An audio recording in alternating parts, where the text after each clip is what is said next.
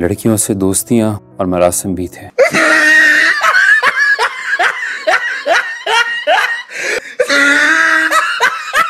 बीबी लड़कियों की बात कर रहा है, वो आंटियों की बात नहीं कर रहा।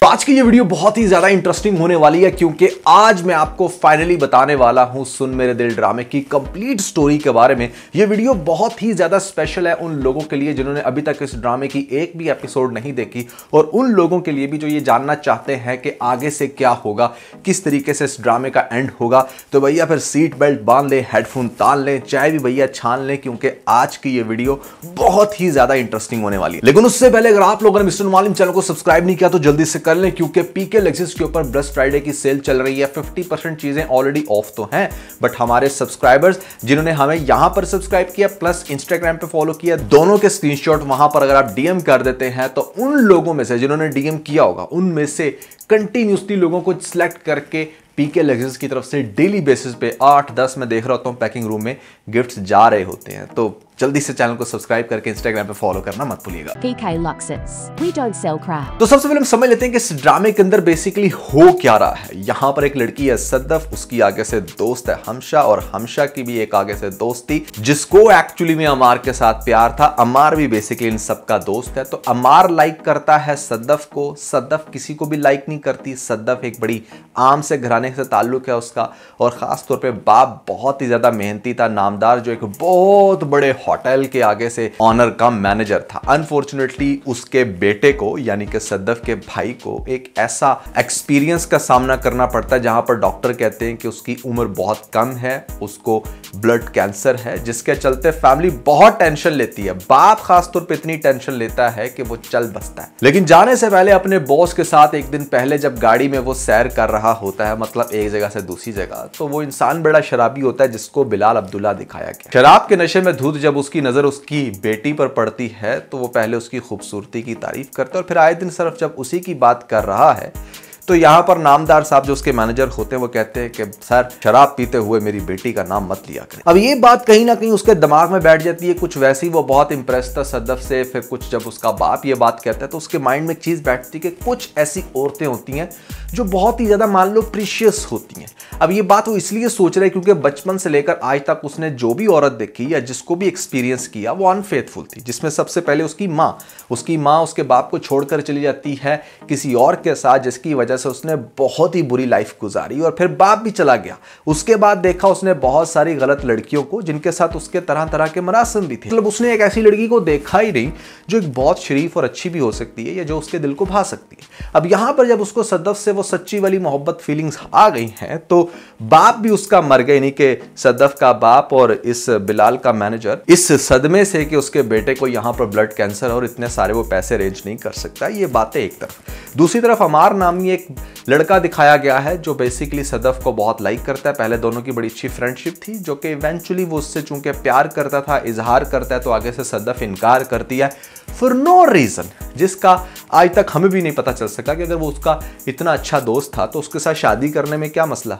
बहरहाल कहने के बाद यह है कि यहां पर अब फाइनली ये लोग बिलाल अब्दुल्ला के पास काम कर रहे हैं और बिलाल अब्दुल्ला को बहुत ज्यादा मोहब्बत है सद्दफ से। सद्दफ जो है वो एक्चुअली में बिलाल को अवॉइड करती है इस वजह से क्योंकि जो हमशा दोस्त है ना बड़ी कॉन्शियस है इन अ सेंस के वो बस लाइफ के अंदर ना एक परफेक्शन चाहती है। पहले उसे जिस इंसान के साथ शादी करनी थी अब उसको फुल टाइम उसने धुतकारा, ये जो उसका फियांसी दिखाया गया, और अब उसकी जो नजर है फुल टाइम बिलाल पर है क्योंकि बिलाल ने अपने आप को बहुत अच्छे से चेंज कर लिया और वो वैसे भी उसके काफी क्लोज रही है, उसकी अच्छी दोस्त रही है।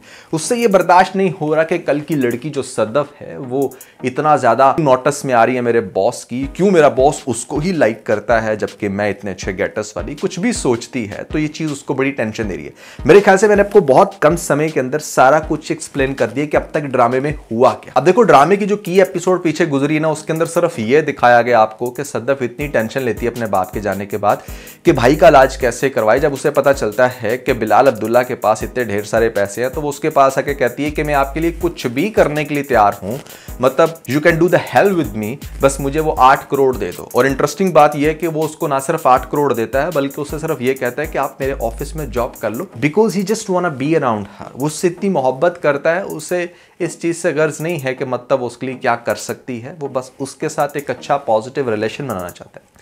अब क्या होता है कि 8 करोड़ लेने के बावजूद भी जो सद्दफ है वो डॉक्टर कहीं से मैनेज नहीं कर पाती। फिर इवेंचुअली आपको दिखाया जाता है कि ये जो बिलाल है ये ना सिर्फ उसके भाई का अमेरिका में इलाज करवाता है बल्कि उसको अपना खुद का खून भी देता है, डोनर बन जाता है उसका। अब ये सारी बातें सद्दफ को पता चल गई हैं लेटेस्ट एपिसोड में, बट फिर भी क्या हो रहा है कि वो हमेशा की फजूल सी बातों के अंदर आ रही है कि ऐसे में वो सिर्फ लड़कियों का दिल जीतता है, फिर उनकी इज्जत लूटता है। बंदा पूछे, अगर उसने सिर्फ इज्जत ही लूटनी हो, अगर उसने सिर्फ टाइम ही पास करना हो, तो उसके पास तो बहुत अच्छी ऑप्शन नहीं थी। जिस टाइम यहां पर सद्दफ खुद मुंह से बोल के कह रही थी कि भैया 8 करोड़ की जगह तुम बेशक 8 करोड़ दफा तो तब उसने वो प्रपोजल क्यों नहीं एक्सेप्ट किया भैया? वो तो बहुत ईजी मनी, मतलब ईजी जॉब थी ना उसके लिए। बट खैर, अकल के अंधों के लिए क्या कहा जा सकता है। अब इस ड्रामे के अंदर सबसे बड़ी टेंशन ही यही है। अब देखें कि लेटेस्ट एपिसोड में माँ उसकी इतनी खुश है, उसको बुलाया घर में, यहाँ पर करवाती है डिनर, और उसके बाद क्या होता है कि वो उसकी माँ को बड़े अच्छे से कहता है कि देखो, मैं आपसे बात करने से पहले सद्दफ से अपने दिल की बात कहना चाहता हूँ। और माँ समझ गई है कि एक्चुअली मैं उससे पूछना चाहता हूँ उसकी मर्जी के, इससे पहले कि डायरेक्टली वो मेरे से बात करे और मैं हाँ कर दूँ और बाद में सद्दफ ना माने, तो वो ये चीज उसको बड़ी अनएथिकल लग रही।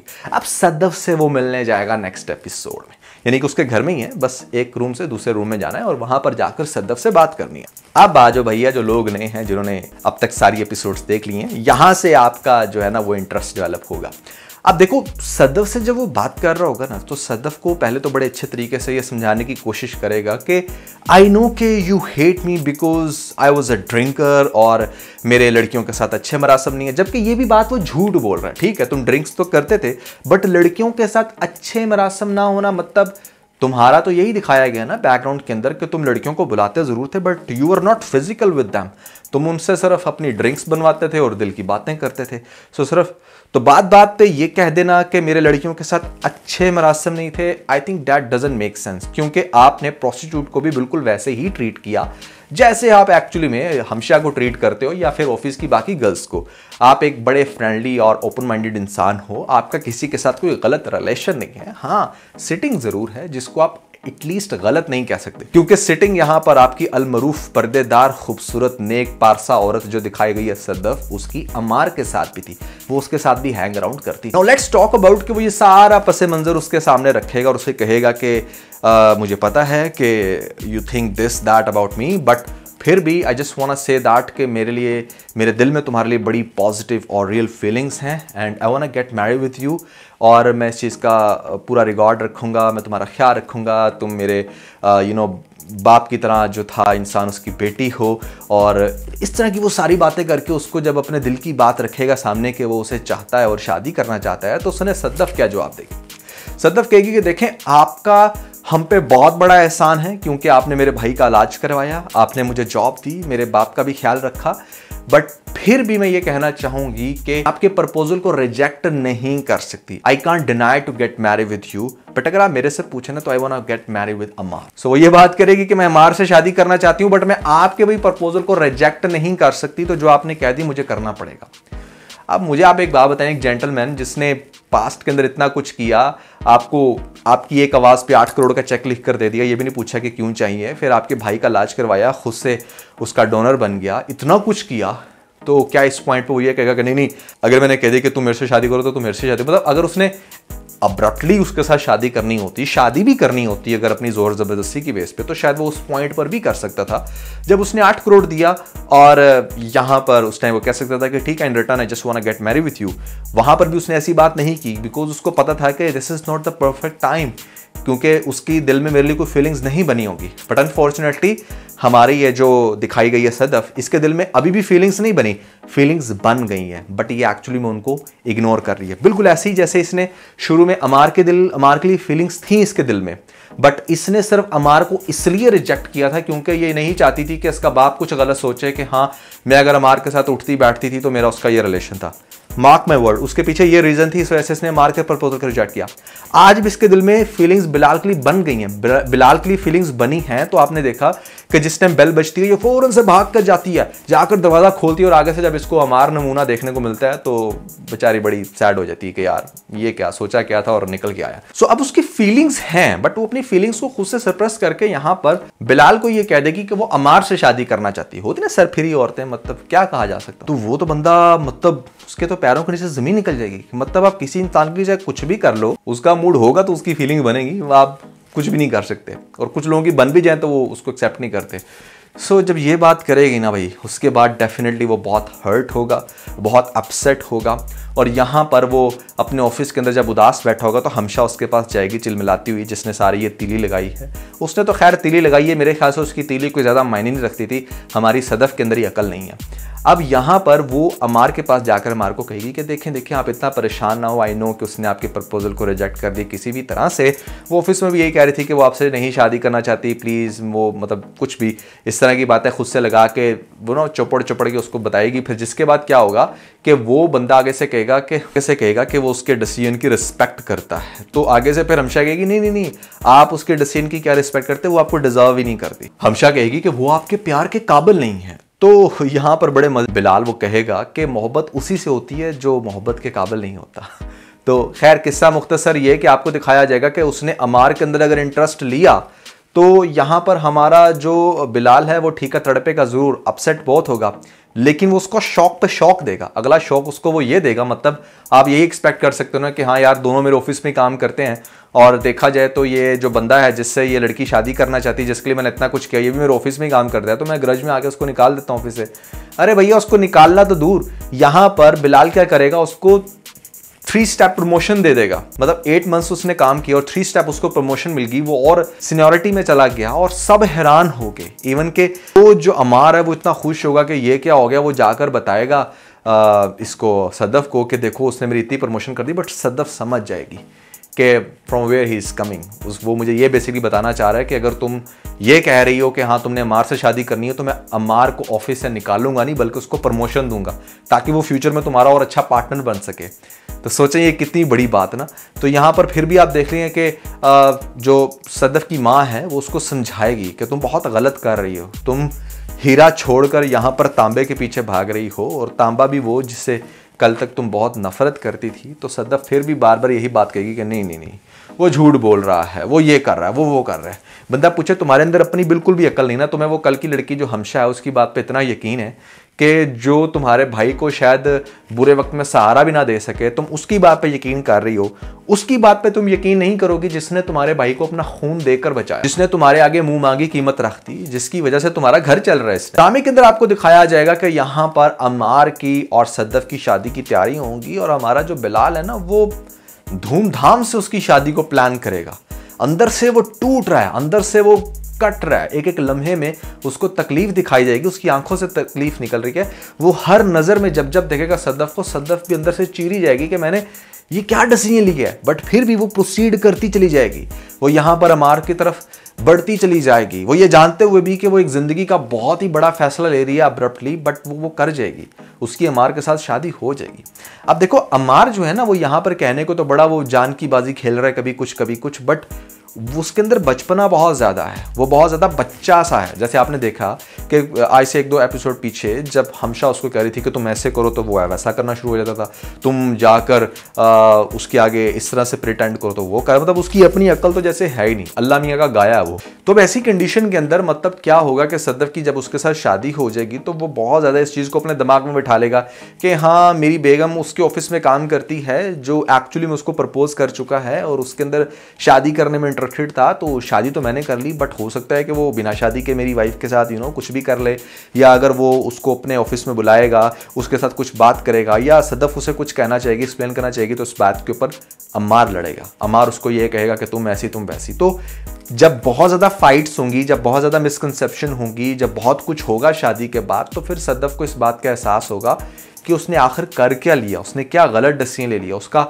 भाई उसको समझा रहा था, उसकी माँ समझा रही थी, उसने किसी की बात पर तवज्जो नहीं दी, और उसको ये बात भी क्लियर होगी कि मतलब यहाँ पर उसकी शादी के बाद सदफ जो है वो एक्चुअली में बहुत ज़्यादा बिलाल के क्लोज हो रही है और उसके साथ शादी करना चाह रही है। तो फिर वो ये बात फिगर आउट करेगी कि देखो तुम बिलाल से क्यों प्यार करती हो या उससे क्यों शादी करना चाहती हो, तुम तो मुझे मना करती रही हो कि तुम्हें उसके क्लोज नहीं जाना, या तुम्हें उसको अवॉइड करना है, या वो लड़कियों को ऐसे यूज करता है, ये करता है, वो करता है, तो why are you taking interest in him. तो फिर इसको पता चलेगा कि अच्छा so that was the reason कि वो बंदा मेरे लिए इतना कुछ कर रहा था, और ये चूंकि चाहती नहीं थी तो इसलिए मेरे दिमाग में वो गंद घोला और मैंने फौरन से इसकी बात पे यकीन कर लिया।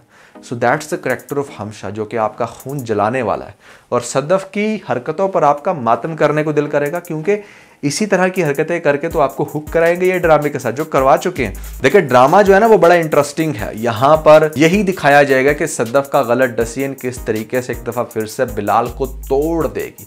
और सबसे इंटरेस्टिंग बात यह है कि बिलाल फिर से शराब पीना शुरू कर देगा। जब वो शराब पिएगा, नशे में धुत होगा, जगह जगह टकरे मारेगा, और चूंकि इसके ऑफिस में ही होगी हमारी सदफ, तो सदफ उसको मैनेज कर रही है। वो शराब की हालत में सदफ ने उसको पकड़ा हुआ है और अमार को गुस्सा चढ़ रहा है। अब देखो इस चीज के ऊपर जब वो बिलाल का ख्याल रख रही है तो अमार को गुस्सा चढ़ रहा है। अमार कहेगा कि why are you doing all this, तुम मेरी बेगम हो, तुम अगर उसके ऑफिस में काम करे तो ठीक है, सिर्फ काम करो, तुम उसको शराब की हालत में कैरी क्यों कर रही हो, तुम उसको बचा क्यों रही हो।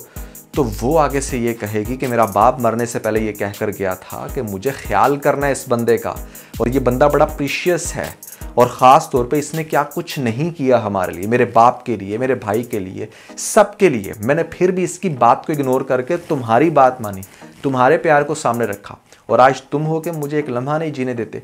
तो इस तरह की जब बहुत सारी फाइट्स होंगी जिसके बाद आपको दिखाया जाएगा कि वो किसी भी तरह से जब उसकी शराब नहीं छूट रही तो फिर फाइनली बार बार अमार का गुस्सा करना, और ये भी हो सकता है कि शायद वो इस पर हाथ उठा दे, जिसके बाद सद्दफ फाइनली ये लास्ट में जाकर डिसीजन लेगी कि मुझे अब शायद अमार से किनारा कशी अपनानी है और ये बात बतानी है इस बिलाल को कि मैं इससे बहुत ज़्यादा मोहब्बत करती हूँ। I think that was the again turning point कि जहाँ पर इसकी मोहब्बत उसको शराब से दूर करेगी, अमार से दूर करेगी, और फिर ये दो लोग आपस में एक होंगे, जिस तरह से ड्रामा आपको खत्म होते हुए दिखा जाएगा। सो मेरी ये प्रेडिक्शन है, मुझे लगता है कि ड्रामे की स्टोरी कुछ इस तरह से चलेगी। आप लोगों को क्या लगता है आपने मुझे कमेंट्स के अंदर जरूर बताना है, और ख़ास तौर पे आपको ये कैसा लग रहा है ड्रामा भैया, कौन सी ऐसी चीज़ है जो आपको इस ड्रामे के अंदर बहुत ज़्यादा इंटरेस्टिंग लग रही है, ये भी बताइएगा। और अगर आप लोगों ने हमारा लेटेस्ट व्लॉग नहीं देखा तो ऊपर आपको लिंक मिल जाएगा, जल्दी से लिंक पर क्लिक करके वीडियो देख के अपना फीडबैक मुझे जरूर दीजिएगा।